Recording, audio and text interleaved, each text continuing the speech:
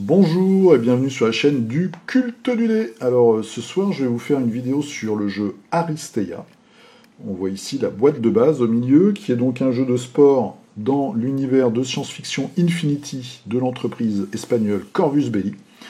C'est un jeu que j'aime beaucoup, ça se joue sur un hexadome et vous avez deux équipes de 4 qui s'affrontent pour de la culture, je dis n'importe quoi, de la capture de points, avec des points qui bougent sur le terrain, ou alors sécuriser un point, etc., etc. Il y a plein de combos possibles et inimaginables entre personnages.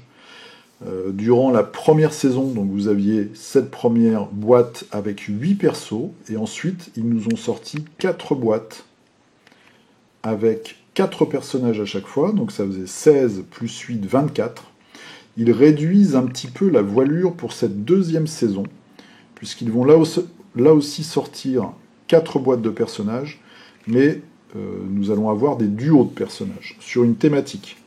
Donc là, les deux premiers, ce sont des frères, ce sont les Chemical Brothers, et la thématique, c'est tout simplement la drogue. Voilà, c'est pas plus compliqué que ça. La prochaine boîte, ils viennent de faire une petite vidéo sur leur chaîne YouTube en anglais, c'est les Puppet Master, donc c'est deux personnages qui vont avoir une des tentacules et un autre des drones, enfin des espèces de tourelles qu'il va placer sur le terrain. Et on voit que les deux sont des références à la musique, puisqu'on a Chemical Brothers, donc le groupe, et puis c'est Master of Puppets, je crois, c'était donc un album de Metallica, si je dis pas trop de bêtises. En tout cas, aujourd'hui, je vais vous présenter cette petite extension, cette petite boîte. Alors, le prix a été réduit, hein. Je crois qu'on est passé de 25 à 15, un truc à peu près dans ces eaux-là. Donc, deux figurines, deux personnages. Avant de vous présenter tout ça, on va d'abord parler, pour bien comprendre, de l'effet empoisonné. Donc, l'effet empoisonné, qu'est-ce que c'est? Les cibles affectées par cet état subissent 1 point de dégâts. Je vous rappelle que dans le jeu, par exemple, là, on a un des persos, il a 3 points de vie. Donc il y a des persos qui ont 2 points de vie. Donc on peut mourir très vite. En tout cas, elle est à l'infirmerie. Donc les cibles affectées par cet état subissent 1 point de dommage lorsque le côté bleu du marqueur d'état est révélé. C'est-à-dire à la fin du tour, retirez le marqueur d'état empoisonné immédiatement après avoir révélé son côté bleu. A l'inverse d'autres états, les personnages peuvent souffrir de plus d'une occurrence empoisonnée. Qu'est-ce que ça veut dire tout ça? Ça veut dire qu'en fait c'est un dégât indirect. C'est un dégât qui va se faire à la fin du round, mais vous pouvez le multiplier. Donc très important pour les deux personnages qu'on va voir aujourd'hui. On a notre petit sachet avec tout un tas de jetons. Donc il y a des jetons poison, il y a des petits jetons par rapport aux caractéristiques ou aux cartes qu'on va voir avec les persos. Et on a aussi nos deux petites cartes d'activation. Voilà, qu'on va poser comme ça, face cachée, et chacun à son tour, enfin simultanément pour chacun des 4 slots de perso, on retourne, et celui qui a la plus grosse initiative, il commence. Alors, je vais commencer cette présentation par Bashman, le maigrelet de la famille. Voici sa figurine, je vous montre d'abord l'illustration, parce que la figurine, elle est très fine. Donc c'est celui-ci. La figurine, la voici. Donc ils s'améliorent doucement. Ils sont très très forts. Infinity, ils ont des figurines qui sont vraiment magnifiques, mais qui sont en métal. Et bon, il faut le dire, hein, la qualité en plastique est un petit peu en dessous, mais ils s'améliorent quand même petit à petit. Et ce qui est très sympa, c'est que toutes leurs figurines, pratiquement maintenant, elles ont des textures. Là, on voit par exemple sur le Bermuda, eh bien c'est déjà tout gravé. Donc vous avez juste à passer une couleur, un lavis, et boum, ça fait le travail tout seul. Quand vous êtes un gars comme moi, un peu feignant, hein, en peinture, et pas très doué. Mais ça, c'est vraiment pratique. Bon, il y a du boulot débardage un petit peu, mais je trouve que la figurine est sympathique. Vous voyez, il n'a pas d'arme. Donc on se dit, ok, il sert à quoi le gars? Bon, on va voir ça tout de suite. C'est un très très bon personnage. Moi, j'aime beaucoup ce personnage. Alors, Bashman. Bashman, qu'est-ce qu'on peut en dire? Il n'a que 3 points de vie, donc c'est quand même un gars fragile. Chose assez rare, même très rare, il n'a que 4 points d'action. Donc les autres, en général, en ont 5. À 95%, les personnages ont 5 points. Lui, il en a que 4. Mais par contre, vous allez voir, il a des actions qui coûtent pas cher. Qu'est-ce qu'il a? Il a un switch, donc ça c'est un petit bonus qu'on peut activer quand on a ce symbole sur les dés, un peu tout le temps. Donc lui, son switch c'est un bouclier, donc c'est pas grand-chose. Infliger l'état empoisonné à la cible. Ok. Et alors, on voit, il n'a pas d'attaque, il a 2 actions, qui coûtent 1, donc c'est vraiment pas cher. Échantillon. On retire un marqueur d'état de la cible et imposez-vous cet état. Ok. Donc, typiquement... Alors, pour l'instant, on ne sait pas. Vous allez voir, il y a un effet qui se coule qui rend ce personnage carrément énorme. Autre chose, donc on prend des états, donc soit des ennemis, soit des alliés, pour se les mettre sur soi. Les états, c'est aussi bien positif que négatif. Hein. Vous avez le poison, vous avez le fait d'être marqué, vous avez le fait d'être aveuglé, enfin, enflammé, il y a plein de trucs. Inoculation. Retirez-vous un état, ok, un marqueur d'état, et imposez-le à une cible. Tout ça, c'est une distance de 1 à 5 cases. Et là arrive l'effet qui se coule, donc condensateur de flux. Bashman peut supporter n'importe quel nombre de marqueurs état. Ok. Donc on peut lui en mettre plein la tronche. C'est un petit peu, je pense, qui est représenté sur son illustration par ces espèces de capsules qu'il a à la fois en stock dans sa petite valise et puis comme clipsé sur son corps. Et là arrive immunité. Vous n'êtes affecté par aucun état, excepté silence. Et ce modifiant donc l'initiative, le nombre d'actions et le mouvement. Donc par exemple, un truc comme on a immobilisé, on a le truc de Valkyrie là qui nous glace sur place. Alors, durant la phase d'état, ne retournez pas ou ne retirez pas les marqueurs d'état qui ne vous affectent pas. Donc ça veut dire que les marqueurs d'état qui ne nous affectent pas, le poison, le feu, l'aveuglement, mais aussi les bonnes choses, le focus, etc., eh bien, on va les garder pendant toute la partie. Et tout l'intérêt de ce personnage, c'est de choper les bonnes choses aux ennemis, de les refiler à ses alliés, et de choper les mauvaises choses des alliés pour les refiler à ses ennemis. Voilà, donc c'est la base de ce personnage, déjà que je trouve très bien, et qui est sûrement très utile sur l'hexadome. Ensuite, chaque personnage vient avec 4 cartes. A noter que dans cette boîte, toutes les cartes sont nominatives, donc il n'y a pas de carte dite générique. Et depuis le temps que je fais des vidéos, je m'en suis aperçu tout à l'heure, je dis une bêtise, c'est-à-dire que je vous dis que, contrairement à Shadespire, dans ce jeu-là, quand vous achetez une boîte et qu'il y a des cartes, ça ne sert pas aux autres personnages. C'est faux. Il y a certaines cartes de boîtes, comme ça, de petites boîtes, qui sont utiles pour tout le monde. Donc je vous ai dit une bêtise. Je m'en excuse. Bon, après on peut les télécharger les cartes, hein, ça se trouve facilement. Alors, effets, bon, faut les imprimer quand même, je vous le conseille. Sachant que, juste une dernière chose, je finis avec ça, quand vous achetez les boîtes, vous avez les cartes en 4 langues différentes. Donc rien vous empêche de les garder et de les refiler à vos copains. Et voilà, c'est le design qui compte. Vous savez que cette carte-là, même si c'est de l'allemand et vous pigez rien à l'allemand, vous avez le texte à côté traduit. Et bon, ça, vous comprenez ce que je veux dire. Hein, vous n'êtes pas obligé d'acheter les boîtes, quoi. Bref.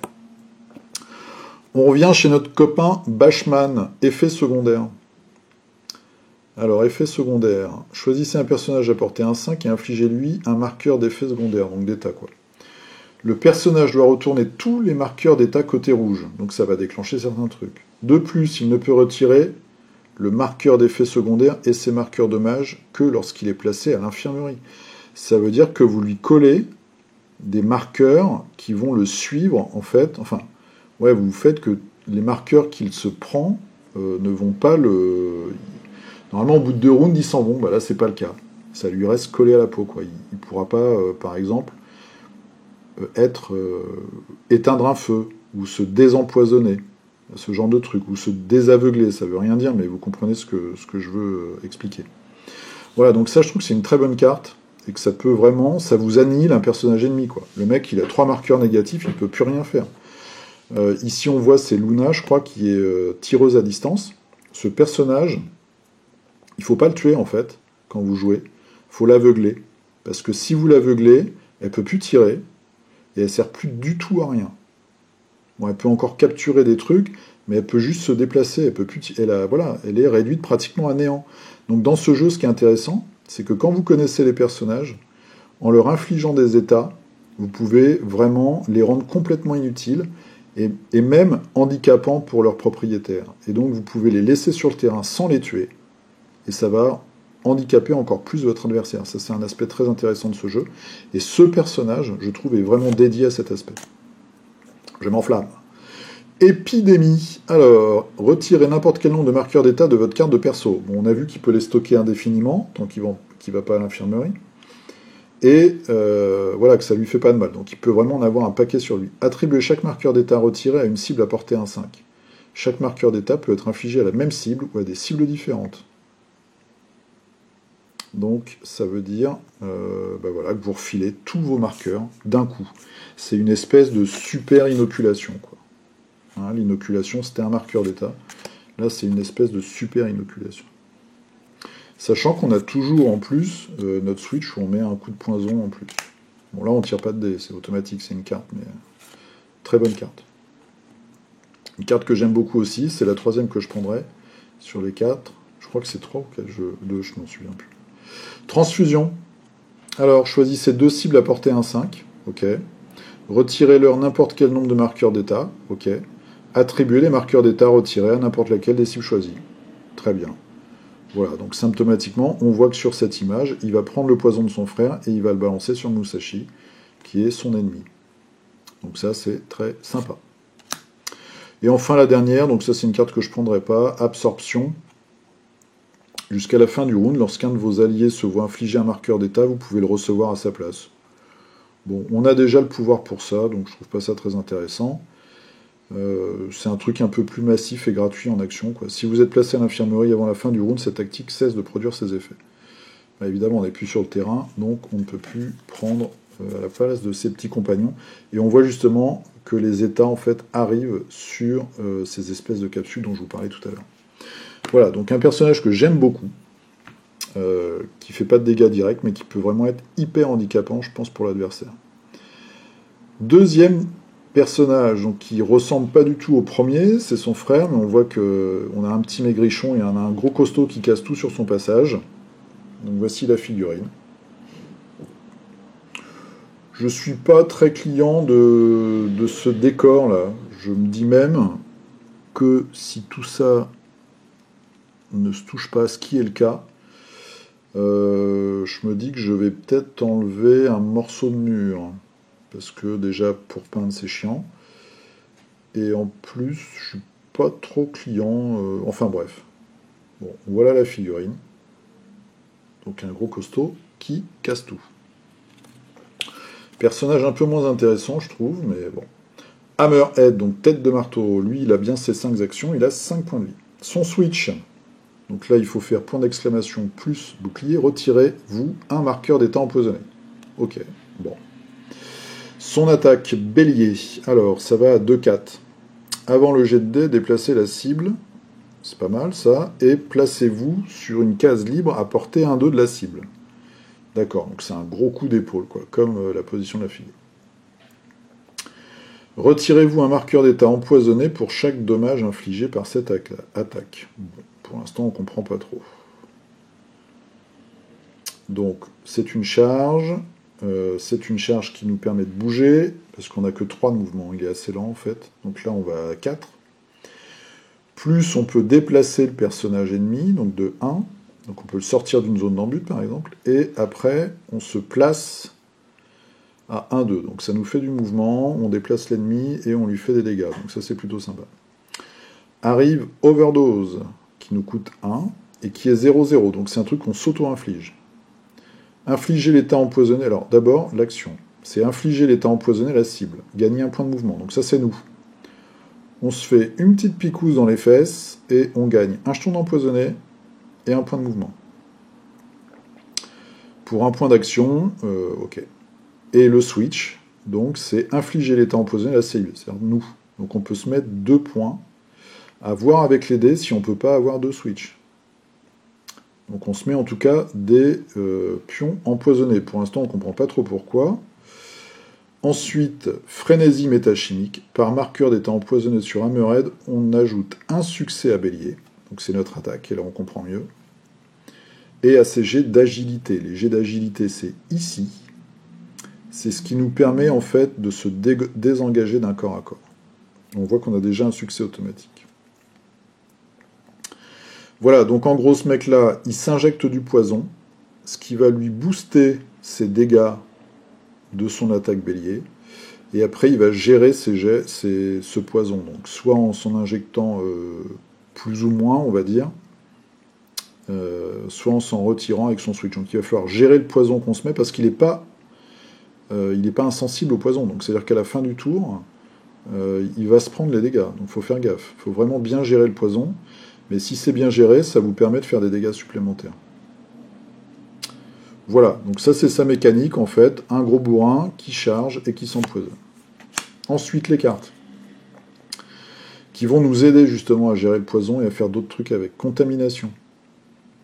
Retirez n'importe quel nombre de marqueurs empoisonnés de votre carte de personnage. Infligez autant de marqueurs empoisonnés que se retirer à n'importe quel personnage à portée 1-3. Donc voilà, quand on a cette carte-là, il nous reste du poison, on ne veut pas se prendre les dégâts à la fin du round. Parce qu'il ne faut pas oublier que bélier, ça coûte 3. Donc vous pouvez le faire qu'une fois par round, on a 5. Donc voilà. Donc si on est bloqué avec des jetons poison à la fin de son bélier, par exemple, on peut utiliser cette carte-là pour les balancer sur les ennemis. Si on a la carte, évidemment. Substance interdite. Alors je comprends pas trop l'illustration, je vois pas le rapport, mais bon, il est content, quoi. Il a trouvé un petit pochon. Infligez-vous 2 marqueurs empoisonnés. Si Bashman est votre allié, donc s'il est avec son frère, on peut s'en mettre 2 de plus, ça fait 4. Jusqu'à la fin du round, ça c'est intéressant. Ignorez les dommages d'empoisonner. Donc on se met 4 points de poison. On peut se remettre une petite overdose par-dessus. On fait notre bélier, et même si on n'arrive pas à bien gérer nos points poison, bah on les aura pas, on n'aura pas les dégâts à la fin. Donc c'est plutôt bien, c'est une bonne carte, je trouve. Sans défense. Annulez tous les boucliers du jet de l'adversaire. Ajoutez un succès à votre jet par tranche de 2 boucliers annulés. C'est une carte sympa, qui n'a pas trop de rapport, je trouve, mais quoique. Il y a quand même des synergies de ouf, on peut quand même faire une charge vraiment dévastatrice. Et enfin, briseur de mur, j'aime bien l'illustration. Durant cette activation, bélier a une portée 2-5. C'est quoi la portée? Ouais, c'est la carte que je jouerai pas, je crois. Par défaut, tu as une portée de 4, sachant qu'avec overdose, tu peux gagner un point, et en général, tu vas faire overdose bélier, quoi. Donc, bon, je trouve pas ça intéressant. Une carte comme ça pour gagner un point de déplacement. Je trouve pas ça top. Mais bon, bon personnage quand même, qui me plaît beaucoup moins, je dois avouer, que son frère, Bashman. Bashman, je trouve qu'il est vraiment top. Il est vraiment vicelard, et il est très très utile, quoi. Hammerhead, c'est plus le gros bourrin qui joue tout sur un type d'attaque qui est sa charge. Donc ça peut être contré avec un certain nombre d'effets et même de placements. Donc vraiment pour moi là le super perso de cette boîte, c'est Bashman, qui est hyper intéressant. Voilà, c'était cette vidéo de présentation donc des Chemical Brothers. J'aime vraiment ce jeu, je trouve que c'est un jeu sympa, bien designé, avec un univers de science-fiction. Moi, j'aime beaucoup la science-fiction. Je préfère la science-fiction au médiéval fantastique. Et ça me fait plaisir d'avoir un bel univers comme ça, très très diversifié dans ses personnages. Donc je vous recommande ce jeu. Ou si vous avez un pote ou un club, etc., essayez, quoi. Essayez, je crois. Il doit y avoir sur la chaîne Tactique Nordique une partie, je crois, mais bon. Il faudra qu'un jour, quand j'aurai réussi à peindre 8 persos, je vous fasse une vidéo. Avec mon ami Jill, par exemple. En tout cas, c'est un bon jeu. Je vous invite vraiment à y jeter un coup d'œil si vous pouvez et à faire une partie. Je vous remercie d'avoir regardé cette vidéo. Je vous remercie à tous ceux qui mettent des pouces, qui mettent des petits commentaires, qui s'abonnent. Vous avez le lien Philibert aussi, voilà, pour que je touche à peu près 5%, on va dire. C'est un peu aléatoire ce truc. Sans surcoût pour vous. On fait la voix des jeux toutes les 2 semaines sur la chaîne L'état des jeux. Je vous rappelle aussi les chaînes de mes amis. Tiens, voilà, Mathieu, la chaîne Mathieu, avec 2 T. la chaîne C'est qui commence de mon pote Gilles, AL Green. Enfin voilà, vous regardez, moi je publie les chaînes auxquelles je suis abonné, et il y en a pas mal, c'est mes potes, donc n'hésitez pas à regarder. Voilà. C'est que des chaînes de jeux pratiquement, il n'y a que Thinkerview qui est un peu une chaîne de débat, enfin pas de débat, d'interview politique. Je vous dis à très bientôt, jouez bien, portez-vous bien, à la prochaine, salut!